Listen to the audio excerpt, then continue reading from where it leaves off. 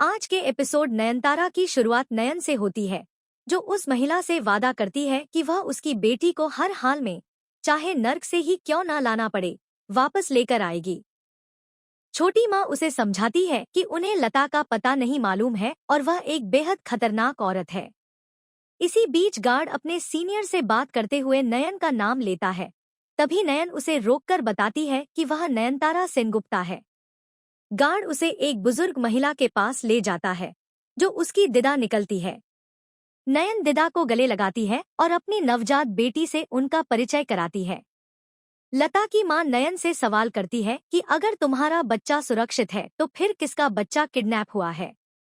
नयन बताती है कि लता ने नर्सरी से एक बच्ची का अपहरण किया है और उसकी मां को ब्लैकमेल कर रही है कि जब उसे नयन की बेटी मिलेगी तभी वह बच्ची लौटाएगी। दूसरी ओर लता घर पहुंचती है जहां शाओली को तेज दर्द हो रहा होता है और वह अस्पताल जाने वाली होती है। लता कहती है कि उसने यह बच्चा नयन की वजह से पाया है और अब इसे काली राज को चढ़ाएगी, जिससे वह और शक्तिशाली बन जाएगी। बच्ची रोने लगती है और शाओली लता से उसे बिस्तर पर रखने को कहती है।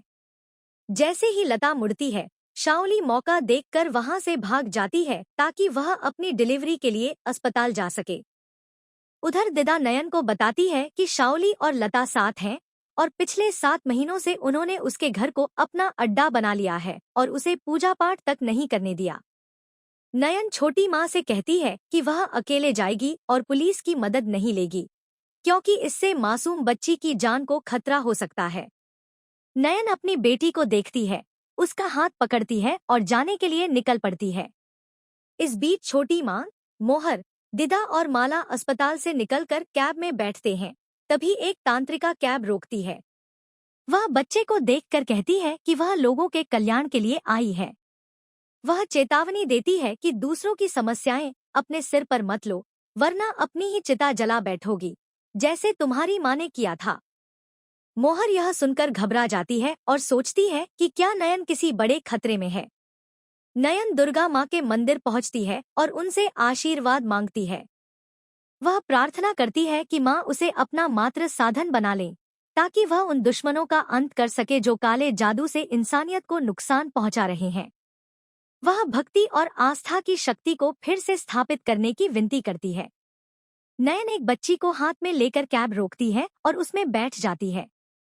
फ्लैशबैक में दिखाया जाता है कि नयन ने साधारण चीजों से एक नवजात जैसी गुड़िया बनाई थी, जिस पर माँ दुर्गा का त्रिशूल गिरता है। वह दोनों को साथ लेकर अपने दुश्मनों का विनाश करने की यात्रा पर निकल पड़ती है।